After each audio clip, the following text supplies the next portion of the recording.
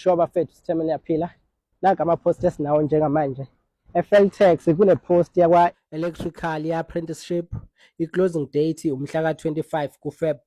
So awuhlanganise iy'nto zakho, then you log on kwiwebsite yabo, uzosearcha uFeltex, then uma usufika laphaya uzobona apprentice electrical, then you press u-apply, then uzobe usugcwalisa zonke into abayifunayo, then usubmit. Ake sizame sibone ukuthi kuhamba kanjani. Ikhampani yesibili ene-position ya-apprenticeship phakathi kwe-trade yakwa-Millwright, ikhampani yaseDunlop. So uku-aplya eDunlop uzothumela i-CV yakho cv@dbp.co.za, cv@dbp.co.za. se-Dunlop lapho kufuneka ama-apprenticeships awu-3 ngaphansi kwe-trade yakwa-Millwright. I-closing date yabo bona mhla ka-24 kuFeb.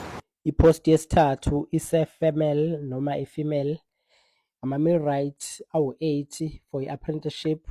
Ngebhadi-ke i-closing date kuvela ngazuthi inamhlanje.